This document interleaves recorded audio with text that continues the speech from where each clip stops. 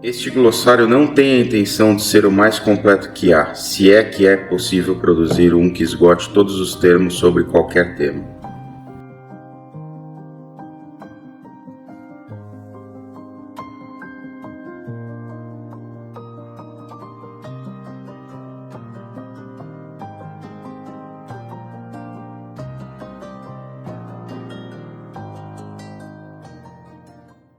Tudo bom, pessoal? Trevor aqui, mais um vídeo especial, outro vídeo especial para o canal Relógio Sem Fronteiras. Estou honrado de ter a participação dessa grande pessoa que vocês estão vendo aqui com a gente hoje. Vai contar um pouquinho. O foco vai ser o livro dele, mas eu vou também perguntar um pouquinho da história dele, fazer várias perguntas, vai ser um bate-papo bem legal. Adriano, muito obrigado. Obrigado, Trevor. Imagina, obrigado a você pelo convite, pela oportunidade aí. Obrigado ao Pedro também por participar, o co-host do nosso bate-papo aqui. Exatamente, Pedro, mais uma vez aqui com a gente. Obrigado pela sua participação, sempre disposto a ajudar, a agregar muito nos tópicos que a gente está conversando nesses últimos vídeos. Imagina, eu que agradeço mais uma vez pelo convite e por dividir a mesa também com duas pessoas que para mim são muito importantes, né? O Trevor, que já virou um amigo, parceiro de longa data, a gente já fez live junto, já dividiu alguns vídeos também.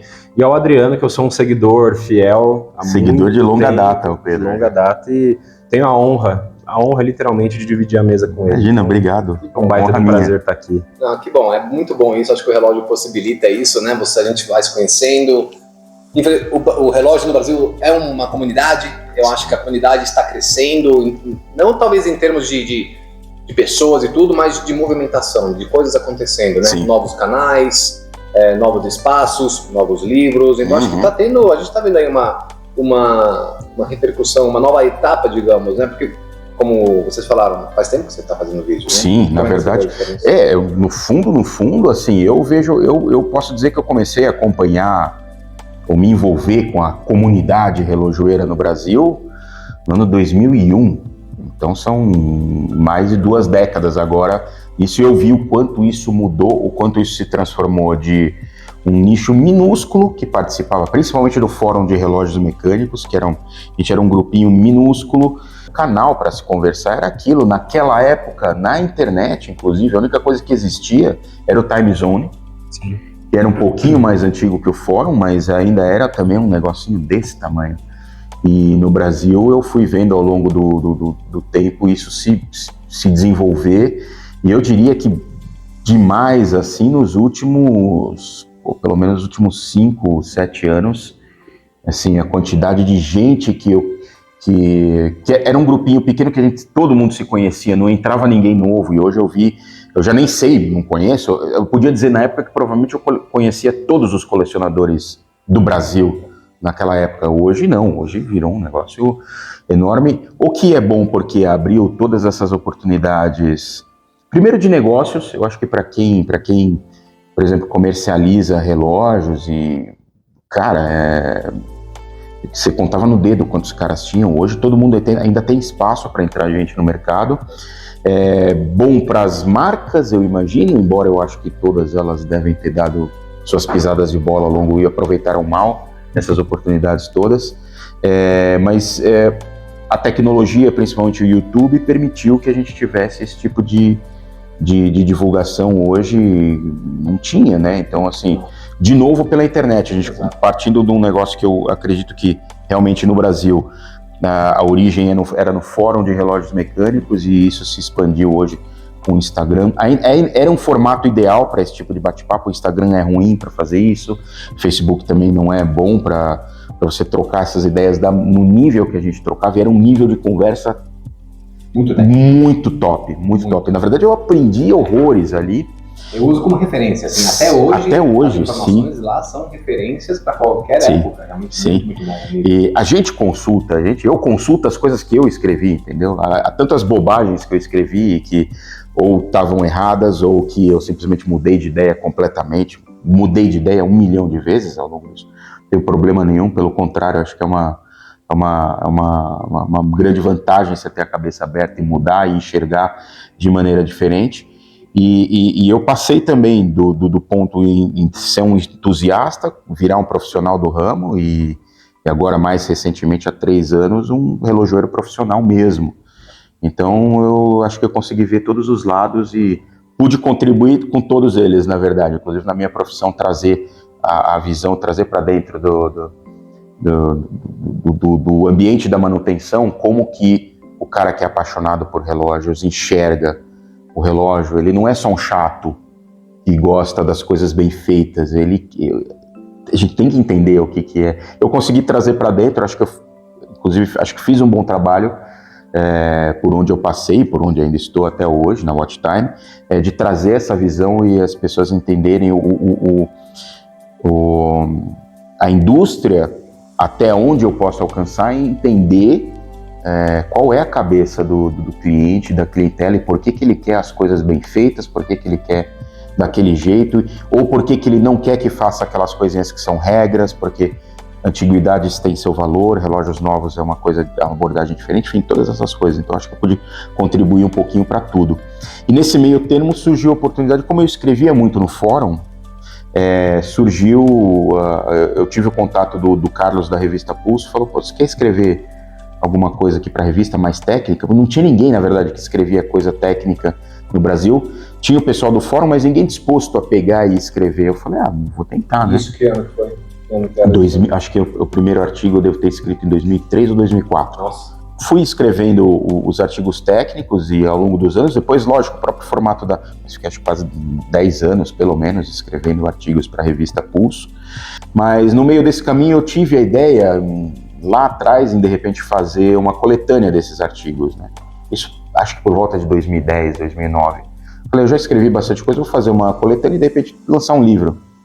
E falei, mas só uma coletânea não, deixa eu reorganizar isso, e montei um esqueleto mais ou menos do que é o meu livro. Só que era muito complicado em tão pouco tempo atrás, mas você precisava de editora, você precisava de uma série de profissionais, tinha que colocar um caminhão de dinheiro na frente e não tinha como. Não existia essa oportunidade de fazer uma publicação independente. E passados os anos eu engavetei isso e de repente tive a ideia de falar, pô, e se agora que tem YouTube é fácil de fazer, não preciso da ajuda de ninguém, quem sabe eu pego esse material que ia ser um livro e transformo em vídeos. E foi aí que eu comecei a fazer, já estava participando do canal 10 e 10, já batendo aquele papo, e falei, vou fazer um canal meu também, e consegui trazer bastante coisa, né, o Chronotalk, bastante coisa do que é o conteúdo do meu livro para lá, mas também por questões de tempo comecei a parar e é complicado, o Trevor sabe como que é, a complicação que é fazer, assim, o trabalho que dá para você produzir uma quantidade pequena de material. E aí tanto pelo lado profissional como da família eu não achei mais espaço e tempo para fazer isso. E também acabei, né, dando uma pausa no vídeo e de repente voltou essa ideia. Eu falei, pô, e se eu resgatar aquela ideia do livro, né? E resgatei aquele material que era só um arquivo de Word largado em algum canto do meu computador.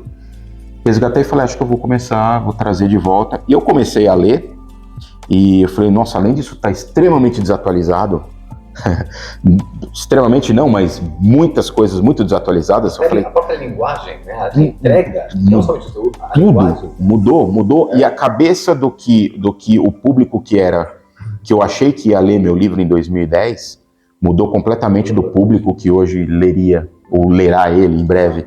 E eu comecei a reeditar tudo e falei, bom, tudo bem, vou ter que colocar um glossário também para fazer sentido.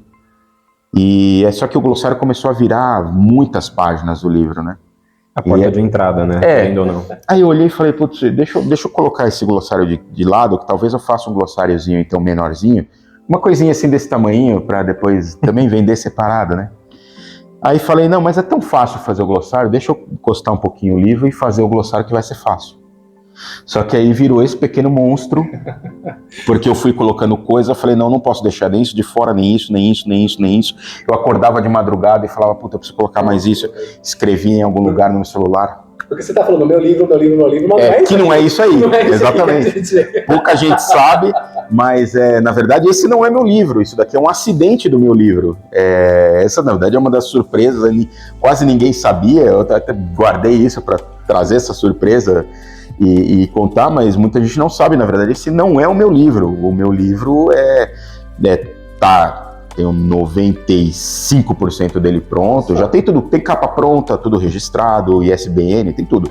Eu só preciso acertar ele, diagramar tudo certinho, mas eu fiz a pausa para produzir isso aqui. Começou com uns 80 verbetes, mais ou menos. Só que foi virando 100, 150, 200, 300. Quando chegou nos 300, eu falei, bom, vou parar e agora eu vou diagramar isso, achar as imagens, porque eu falei, preciso ilustrar ele também, porque é melhor. Assim, uma imagem substitui 2 páginas de texto, entendeu? Para essa finalidade. Gera um vínculo associativo também, né? Porque isso acho que é uma coisa muito relevante aqui. E talvez ter sido o primeiro foi um acidente muito bom, por assim dizer. Porque é a porta de entrada para outras coisas e a pessoa associa, por exemplo, comentei com o Adriano mais cedo aqui no bastidor, o que, por exemplo, é uma gaiola, né? Que é um termo um pouco mais técnico, da bancada, e a pessoa consegue ver, né? Isso é o mais bacana. E, na verdade, muita coisa legal também, que às vezes é extremamente técnica, mas que eu consegui tirar foto, que na verdade, às vezes nem relojoeiro sabe que aquilo é, sei lá, me deu na telha aqui um Nivatronic, tem aí, que é uma técnica de soldar espiral na virola do balanço. O relojoeiro vê aquilo todo dia, mas na verdade ele nunca se tocou, ele nem parou para pensar que aquilo tem um nome, que aquilo é um produto de uma empresa que bolou aquilo com uma... E ninguém vê. E eu tive que tirar foto no microscópio, aquilo foi foto de microscópio para poder mostrar, senão eu só consigo ver com uma lupa aquilo. E eu falei, se eu só explicar isso, ninguém vai conseguir entender. O ETA Stable, que é um tratamento térmico na espiral, é dificílimo de ver. Inclusive eu mesmo tive que pegar vários balanços diferentes até achar um que eu conseguisse ver a diferença de cor e tirar uma foto para as pessoas verem aquilo. E com isso talvez elas vão, nossa, o meu tem isso, com uma lupa bem forte vai conseguir ver. É um material que, no fim das contas, eu não achava em lugar nenhum escrito, em nenhum glossário, em nenhuma língua. E eu falei, cara, esse é um glossário muito bizarro e obscuro. Eu falei, acho que eu vou mudar o nome até para chamar atenção. É uma espécie de um clickbait, fatalmente, porque eu falei, se fosse só um glossário, era só um glossário, mas se eu falar que é o obscuro glossário ou qualquer outro nome, foi o que me veio na cabeça e ficou assim mesmo. Eu falei, vai chamar atenção, as pessoas pelo menos vão querer, é um marketingzinho fajuto, mas pelo menos as pessoas, por que esse é um obscuro glossário, não só mais um glossário? Mas no fim das contas tem esses termos que até no ambiente profissional é obscuro, é pouco conhecido, não faz parte do jargão, e são coisas que você vai encontrar em material técnico, você vai encontrar em press release de imprensa, você vê eles de algumas empresas só. De algumas, mas tem umas também que gostam de colocar uns nomes bonitos, porque você vai ver que quem já deve ter notado a quantidade, até eu fiquei surpreso, a quantidade de nomes que são registrados. Sim. Porque são nomes comerciais, então o Oscilomax, o Pulsomax, não sei o que. As empresas gostam mas elas também não fica absolutamente claro do que é isso. Então eu dei uma luz do que essas coisas significam, e no fim das contas, quando eu já estava em fase final de diagramar isso tudo, entrou mais 100, 150 verbetes e virou esse monstrengo aí de 450 verbetes, enorme. 450. E é até difícil, então, assim, a gente estava falando das épocas, né? Você começando o seu livro, cara, você começou em 2002, 2003, Sim. você já começou, né, a trabalhar, Sim. Depois focou com o seu trabalho na revista Pulso.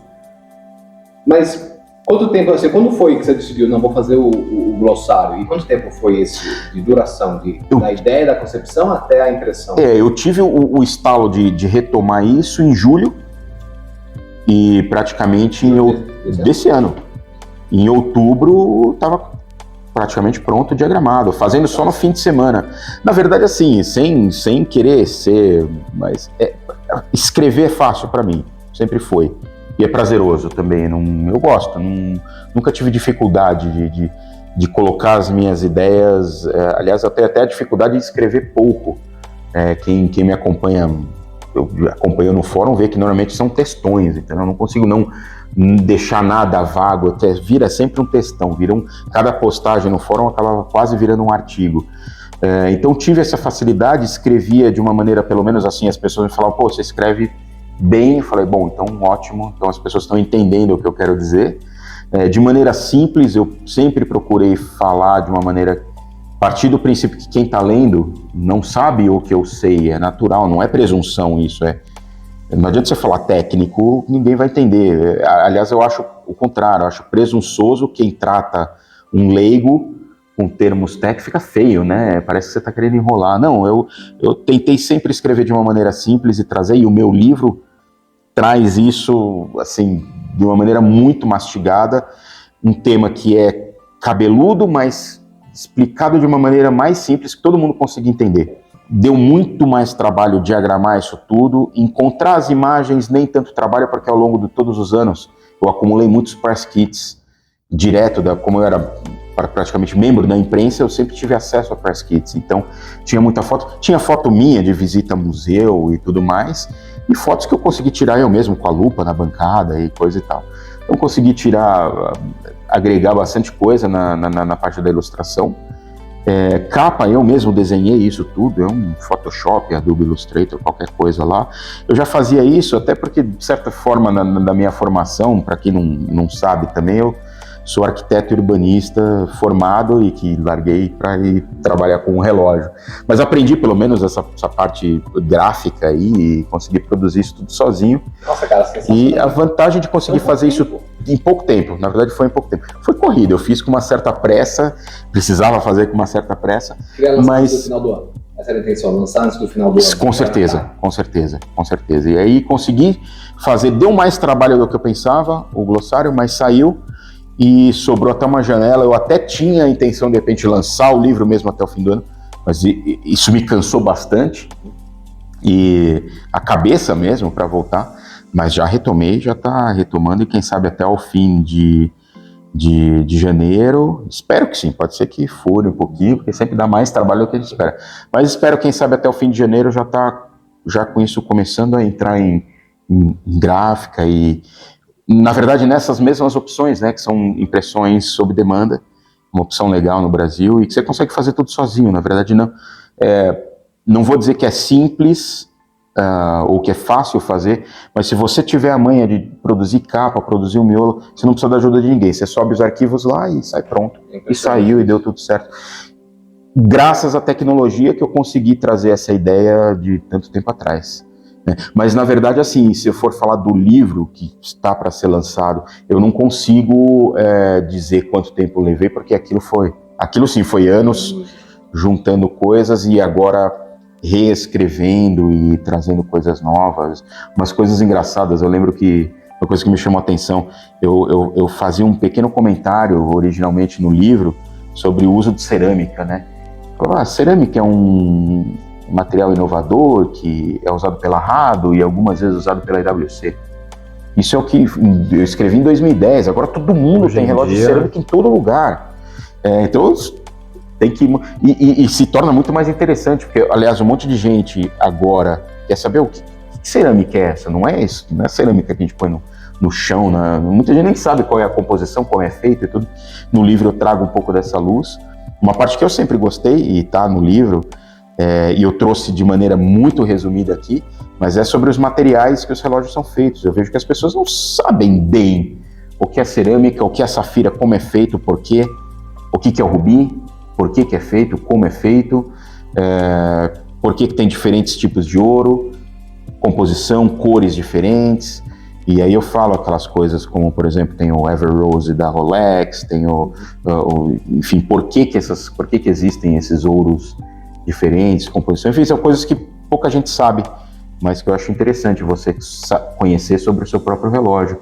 E no fim das contas, a ideia eu acho que no fim, talvez o propósito desse livro seja, já que a gente tem uma comunidade tão legal e bacana e grande no Brasil e muito carente de material, porque eu também nunca li nada em português.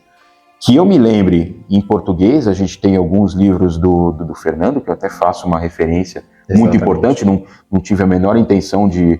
Aliás, leiam o glossário de todos os livros, na verdade, eu vi que muita gente não leu nem o meu glossário, mas leiam que ele conta uma parte importante para a compreensão do livro, e que já existe um glossário em português, mas que é de Portugal.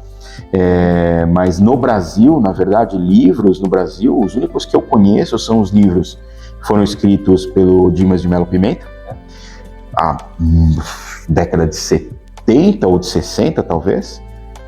E, na verdade, a gente não teve mais nada do gênero. Teve as publicações, teve a revista Pulso, que, na verdade, também foi uma pioneiríssima em conteúdo sobre relógio em língua portuguesa, Mas livro não teve mais nada, E nunca teve. E essa é uma das minhas perguntas, né? Porque a gente está falando já de como que está a indústria, o segmento no Brasil. Evoluiu muito da época do fórum, né? A gente tem a revista, como você falou, a revista Pulso.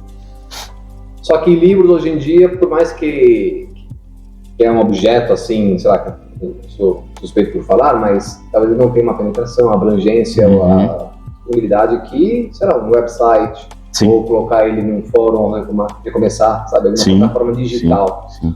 Por que você decidiu fazer um livro? Qual que é o intuito disso aqui, ser o livro? Um dos objetivos é primeiro condensar todo esse material no mesmo lugar.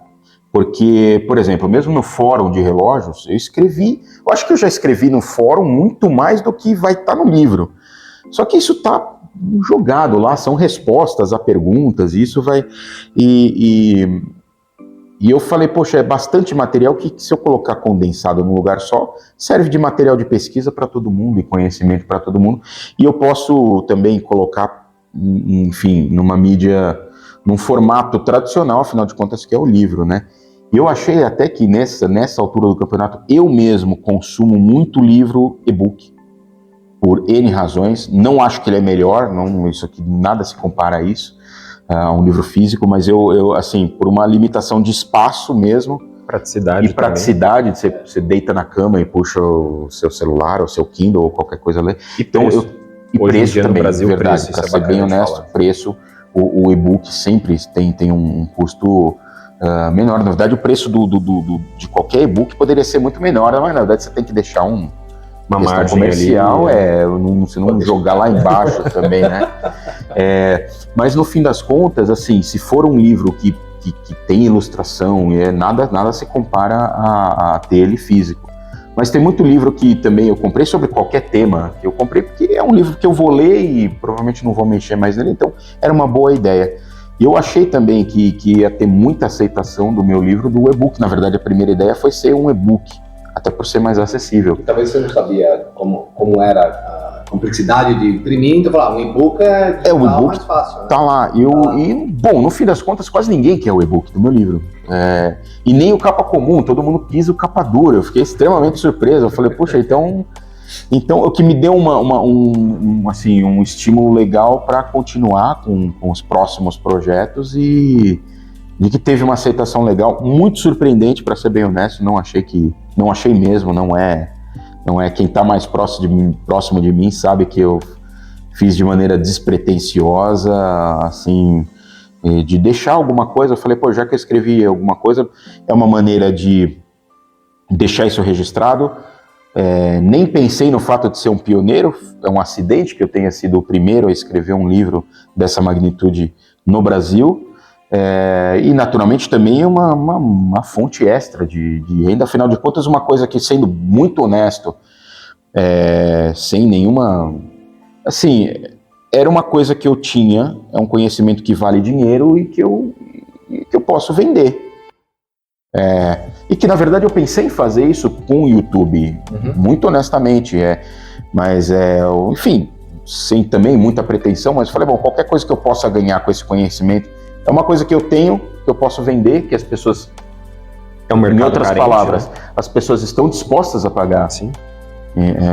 Por isso, não estou só enchendo linguiça, não tem em português. Eu nunca li, eu passei a vida inteira lendo tudo em inglês. Ainda bem que tinha essa facilidade. Nossa, assim, minha próxima pergunta vai ser para quem que é esse livro, né? Mas eu digo assim, do meu ponto de vista, cara, o que eu sofro, porque assim, eu não sou tão técnico quanto vocês, né? Quem assiste o canal sabe que eu sou um pouco mais da questão histórica, dos valores, da importância, né, tanto pessoal quanto no legado da história da humanidade que o relógio tem.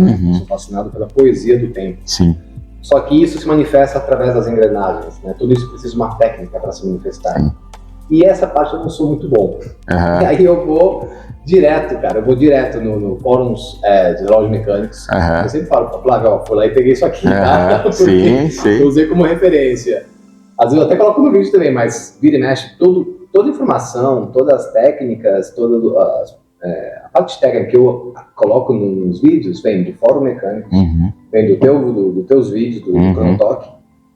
Ou às vezes, cara, do Google Translator que eu encontrei alguma coisa, um artigo que eu vou imprimir, pô, mas será que que eu traduzi, mas será que é isso? Não sei. Não vai ter que ser assim, vou ter uma porrada de coisa. Porque não tem aqui no Brasil, né, realmente. E, às vezes são termos que são muito específicos, palavras que traduzidas em português significam outro componente, outra parte. São muito, muito complexos. Então, assim, duas perguntas que eu queria te fazer. Primeiro, assim, para quem quer esse livro? É para o cara que está começando? É para o relojoeiro? É para o cara que está estudando? E a segunda, que eu queria saber, o que você... Assim, você está trabalhando com a loja mais de 20 anos, o que você aprendeu escrevendo esse livro, né?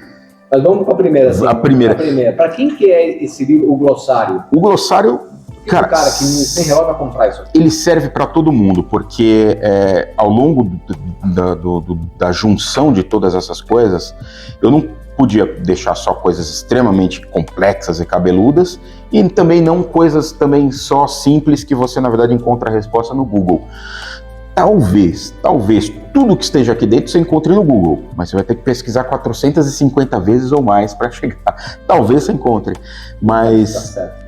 Não, aliás, isso é um fenômeno, fazendo um parêntese, cara, o Fórum de Relógios Mecânicos, sem querer puxar o saco, porque eu participei, primeiro assim, é uma satisfação ouvir o que você disse, de você falar, usei, aquilo lá tá lá para isso, a gente fez aquilo desde o princípio, tanto é que, em geral, principalmente o conteúdo que eu postava lá, eu dificilmente iniciava um tópico, normalmente eu respondia as perguntas dos outros, e normalmente eu respondia coisas que eu não sabia. O cara perguntava, eu falei, putz, eu nunca pensei nisso, mas como eu tinha N ferramentas, eu ia buscar a resposta, mastigava e trazia.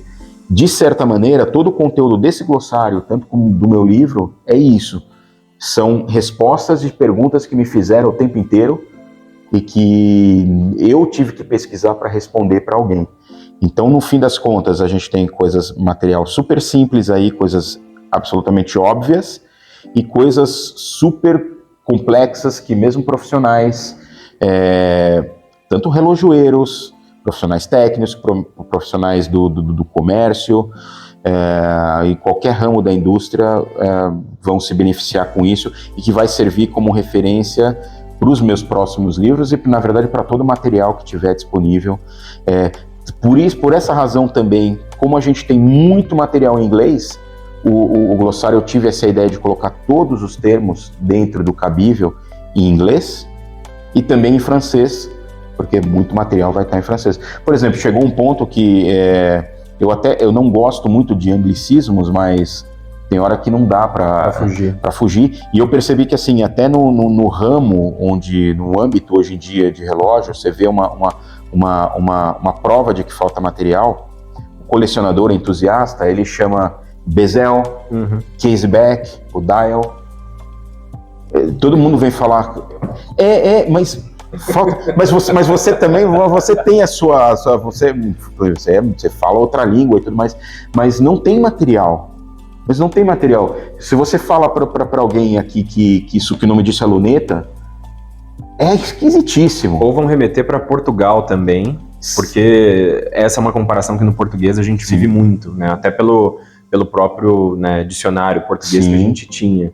E aqui, fazendo só um comentário à parte, para quem está em casa e principalmente consome material bibliográfico na relojoaria, eu acho que ele serve como um livro de apoio para toda a sequência de artigo, livro, em português ou eventualmente em inglês e até mesmo em francês, porque tem, né, as remissões aqui. E o que é bacana também eventualmente, se a pessoa esbarrar num artigo no futuro, tem um termo específico que a pessoa esbarrou e a pessoa não sabe. Você consegue só pegar e ler aquele termo específico, isso é muito bacana. Mas tá tudo separado em português. Tudo em português, tudo então assim... Dial, mostrador. Vou no mostrador. Exatamente, vai estar escrito, tem dial, se você abrir tem lá dial, mas vai lá, vide mostrador. Não, vou no mostrador, né? Você vai no mostrador, tem também o termo entre parênteses, né? Entre parênteses. Inglês e francês, né? Inglês e francês. A tradução em inglês em vermelho, quando a palavra já é em inglês, que a gente não tem outra alternativa, ela já começa já em vermelho. Tá passando assim, a gente está adotando uma linguagem já Isso é carência do português, porque o pessoal não Eu sabe acho o que nome, sim. é porque o pessoal carência. lê no YouTube? Eu acho que é carência de material em português, carência de, às vezes até os sites das Sim. marcas. Esse negócio deles terem mesmo catálogo, tudo em português, não é um negócio tão antigo assim, é uma coisa meio moderna. Muitos sites de marca não tinha nada traduzido para o português. Então, a maioria dos termos que a gente trata todo dia acabou virando no linguajar o dial. Tanto é que no fim das contas eu tive que colocar o dial, porque o cara vai abrir o livro e falar, o Adriano não falou do dial. Na verdade eu falei do mostrador, mas eu tive que incluir lá dial, porque vai ter muita gente que vai pesquisar pelo dial. E vai olhar dial, aí vou estar lá, vídeo mostrador. Caseback, vídeo tampa do fundo. Exato. E na verdade não é nem uma crítica, é uma... Porque no fundo, mesmo linguajar técnico, em português, a gente tem inúmeros termos que são heranças do francês, tanto em Portugal. O Portugal usa um pouco menos, tanto é que eu falo isso no prefácio, que ele ainda é um português brasileiro, então quem for de Portugal vai estranhar algumas coisas, mas eu tive que dar preferência aos termos em português. São pequenas diferenças, mas, por exemplo, eu sei que em Portugal, eu não sei se o linguajar principal é esse, mas o mostrador é o quadrante. Exato. É isso mesmo, eles tratam como quadrante. Quadrante. Português de Portugal não é mostrador. O usual é quadrante. Se eu falar para eles do mostrador do relógio, eles vão mostrador. E no fundo, o cadran é o quadrante. Na verdade, eles estão mais certos. O mostrador é uma forma meio genérica. Quadrante é especificamente a face de algum instrumento. A tradução é mais fidedigna, né, do original no francês. E a gente ainda tem muitos termos técnicos que fazem parte do jargão, como chaussée, rocher, e que, então, ora essas palavras são de origem inglesa ou francesa, porque na verdade também foi onde esses termos vieram completamente. Exatamente. Né, Manufatura, por exemplo, também. Né? Se a gente traduz para o português, mas né, vem do francês e a gente vem como herança. Isso é um ponto interessante aqui também, que é né, do ponto de não ter crítica, de eventualmente o cara que vai buscar o dial aqui. Porque o dial muitas vezes é a porta de entrada daquele hobbyista do dia zero. É ele mesmo. O cara não sabe muito bem como pesquisar em português e o cara esbarrou no dial. Aí ele... Poxa, eu já guardei que aquilo ali é o dial. E vira um glossário dele, pessoal, de identificação com o relógio. E isso é bacana porque a gente mostra aqui que existe o vocabulário no português. Sim, isso é o mais bacana. Eu percebo, principalmente o pessoal mais novo. Exatamente. O pessoal que está entrando agora, eles tratam tudo assim. O meu relógio tem o caseback, o clasp. O clasp está arriscado, o clasp é o fecho. Então, mas ele não sabe que a gente trata... no dia a dia isso como fecho, Mas ele não está errado, não está errado, não. Eu vou entender, todo mundo vai entender, mas é interessante eu trazer, na verdade, só que eu, na verdade, que sou talvez meio dinossauro com isso, me acostumei com os termos em português, mas percebi essa necessidade, não só fazer a tradução, como colocar o verbete em inglês, ou seja, no linguajar do pessoal hoje, e vai levar eles para um... Eu quase, na verdade, deixei como dial e colocava a explicação do que é o dial. E coloquei mostrador, vídeo-dial. Mas eu falei, não, tenho que ser um pouco mais... tem que ser um pouco mais... brasileiro. Vamos ajudar também a ter um pouco mais de vocabulário em português. De certa maneira também, porque os meus livros... vão estar escritos assim. Exatamente. Então eu não vou chamar de dial, não vou chamar, vai ser tampa do fundo, vai ser espiral, vai ser corda, vai ser, então vai ter todos esses termos dessa maneira. Então também, se puxar a sardinha, quem vai ler o meu material vai estar em português, pelo menos do Brasil. E bem apoiado, inclusive. Bem apoiado, então... Vocês viram, né? Ele falou meus livros. Meus. Então, é verdade. Tem esse, tem outro que vai sair em janeiro e tem outro que tem mais. Tem um esqueleto de... Na verdade, verdadeira, tem esse, o meu livro principal, que vai sair. Aliás, quem participou, quem esteve lá na Noite de Autógrafos viu, tinha uma préviazinha da capa e do título. É uma capa semelhante para manter mais ou menos o mesmo... Bom, até por ser mais fácil, já está feita, só muda as cores. Mas cria uma identidade, entendeu? Quem bater o olho na capa vai falar, é o livro do Adriano. e ele chama Relojoaria para Apressados. É um nome que tem muitos livros hoje em dia. Tem.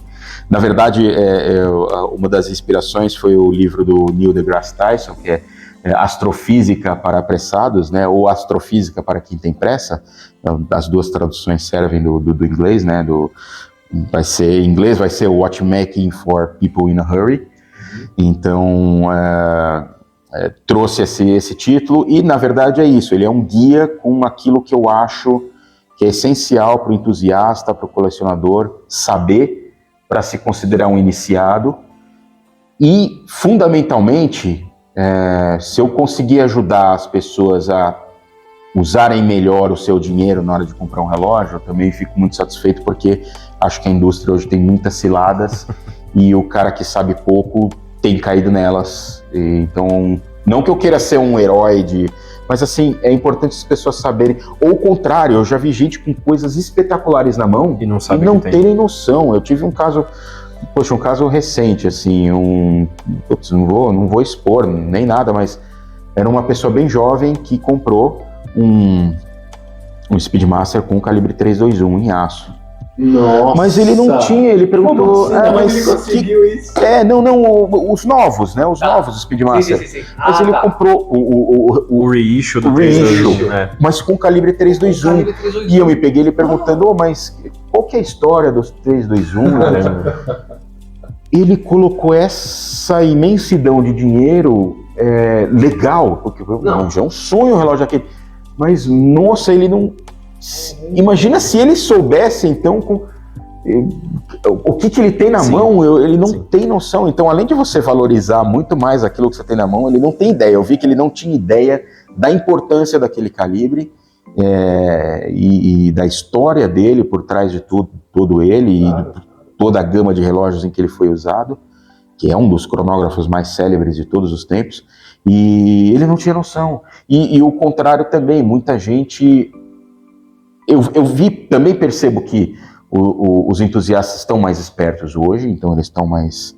essa divulgação tem aumentado no mundo inteiro, todo mundo está sabendo um pouquinho mais, mas ainda assim a indústria dá aquelas manobradinhas para tentar vender uma coisa que parece uma coisa e não é outra. Então eu acho que se eu puder ajudar todo mundo a ser um pouco mais esclarecido, preferencialmente ainda em língua portuguesa, melhor. Mas todos esses livros estão sendo traduzidos para o inglês. Na verdade, o glossário está quase... Na verdade, eu pausei a tradução do glossário para finalizar o meu livro principal, mas que também vai ser traduzido para o inglês, porque boa parte desse material também não achei em glossário nenhum, em nenhuma língua. Atualizado assim, não? E muito mais atualizado. E assim. Do meu livro também não. Sinceramente, o meu livro, por exemplo, eu vou comentar...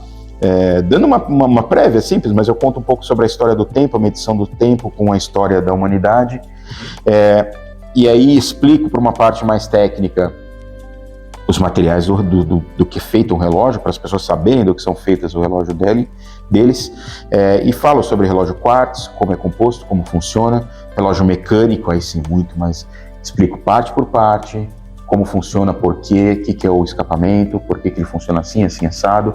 E aquelas perguntas que toda hora eu vejo perguntas em todo canto que nunca são bem explicadas em portal nenhum, na internet, nem afora, que é o que é o escapamento coaxial, como funciona o spring drive, esse tipo de coisa vão ter um capítulo inteiro, que na verdade eu já escrevi isso lá atrás para a revista Pulso, mas vê que são públicos completamente diferentes, na verdade. Muita gente daquela época que lia a revista nem usa Instagram, são de uma geração que não tem rede social. E o oposto igual, quem me segue no Instagram nem sabe que um dia eu escrevi, que existe, acho que nem sei se sabe exatamente que teve a revista física, a revista Pulso no Brasil. Então são públicos que estou redescobrindo e estão me redescobrindo também. Então esse monte de material, e realmente não tem em lugar nenhum, tem até uma parte bem bacana que eu falo sobre, aliás é um negócio que eu acho fascinante, o puxar a sardinha para o livro, mas sobre o escapamento Chronergy da Rolex. Ninguém fala sobre isso, e aí, sei lá, dá mais ibope porque a Rolex comprou a Bucherer e ninguém fala sobre o Chronergy, que é um negócio fantástico. E tem uma ligação muito... Aí eu não vou dar spoiler, mas tem uma ligação. Acho que uma coisa que é muito surpreendente, que quase ninguém sabe sobre o o Rolex Chronergy, sobre parte da história do porquê que ele é. Mas antes eu tenho toda uma parte técnica que eu explico como funciona o escapamento e tudo. E várias outras coisas, muito mais explicado o que é um cronômetro, o que é o POSC, quais são as... Enfim, é o que eu acho, é um beabá do que eu acho que hoje a pessoa, lendo aquele livro, vai conseguir bater um papo de boteco. Exatamente.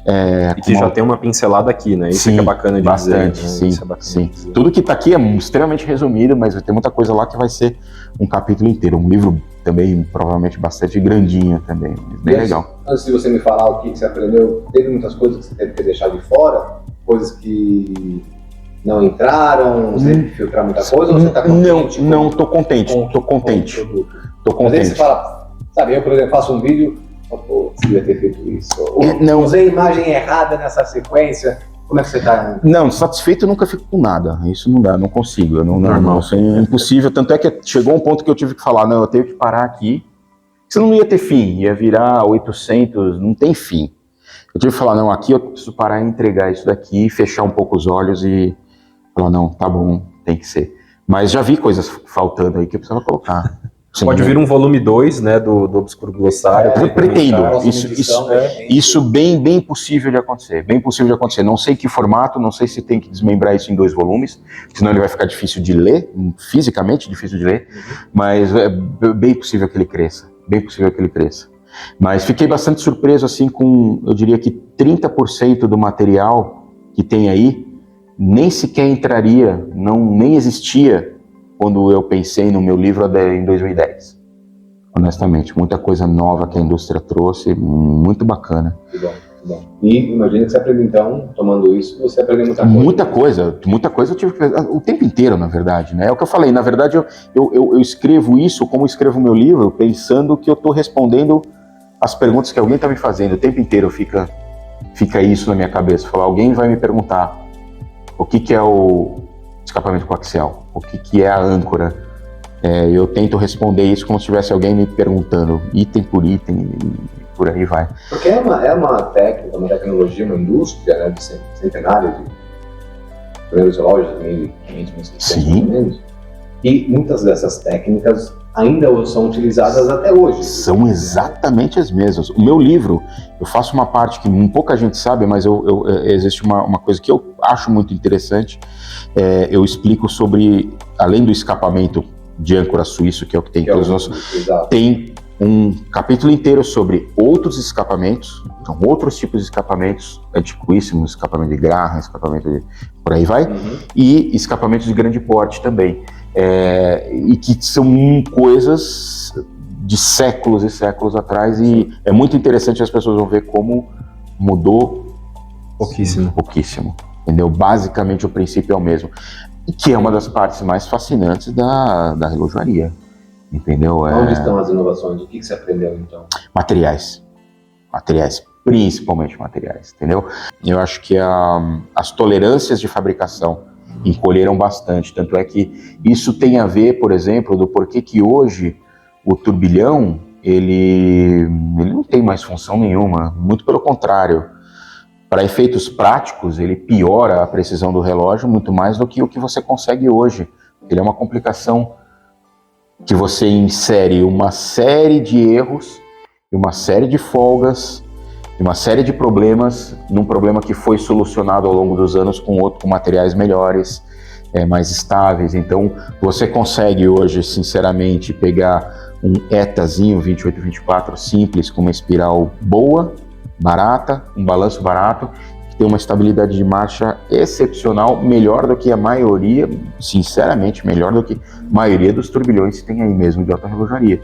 Então, na verdade, é uma coisa que ainda existe pela beleza histórica e cultural. Expertise das casas relojoeiras, né, e mostrar que sabe fazer. O turbilhão, ele é como que você precisa fazer ele com muita precisão, porque senão ele ferra com tudo, porque ele consome muita energia. Então, ele é um obstáculo para a transmissão de energia. Ele é como se fosse uma rua esburacada para o caminho da força que sai da corda até chegar no escapamento. Então, quando passa pelo turbilhão, você tem uma série de perturbações, mas que em 1800 e lá vai fumaça era uma das melhores coisas para você compensar os erros das outras coisas que não se tinha nem metalurgia e nem precisão para se fazer. Mas a adoção hoje, por exemplo, do silício é um negócio... E o barateamento, eu tive uma sorte de ver o silício. Eu lembro de ter lido artigos sobre estudos de espirais em fibra de carbono no início dos anos 2000. Eu falei, nossa, isso aqui vai ser o futuro.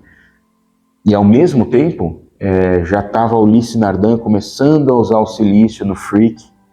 E eu falei, caramba, silício também, mas silício não parece uma boa ideia. Bom, moral da história hoje, você tem o Tissot usando silício e tantas coisas, e que realmente eleva, na verdade, pelo fato de você conseguir fazer as mesmas peças com uma precisão muito além do que é necessária, sem distorções, você leva a estabilidade de precisão para patamares que nunca foram atingidos. Então, eu tive que aprender ao longo do tempo, isso foram as grandes revoluções dos últimos anos, e o barateamento desse tipo de tecnologia, né? Mas, naturalmente, tive que aprender muita coisa, ainda vou aprender, lógico, muita coisa, mas acredito que os livros são livros modernos e que preenchem uma lacuna mesmo em inglês,